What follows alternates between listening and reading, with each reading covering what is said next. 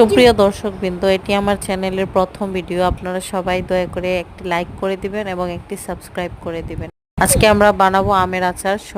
তাই সর্বপ্রথম আমকে ধুয়ে কেটে বেছে নিয়েছি। এবার চলে এলাম চুলাতে। চুলায় আমরা সরিষার তেল ঢেলে নিলাম। এবার হচ্ছে রসুন ছেঁচে নিলাম। গরম সরিষার তেলে রসুন ঢেলে দিব। তারপর গুড় দিয়ে দিব, খাঁটি গুড়। এবার কেটে রাখা আমগুলো দিয়ে দিলাম। এবার আমগুলো নাড়াচাড়া করতে থাকবো। এবার এর উপর একে একে লবণ, তারপর দিয়ে দিচ্ছি 5 ফোড়ন, তারপর দিয়ে দিচ্ছি 1 চামচ মরিচের গুঁড়া।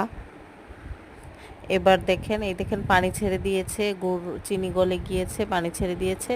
এবার অনেকক্ষণ ধরে এভাবে নাড়তে থাকবো, নাড়তে নাড়তে নাড়তে নাড়তে একদম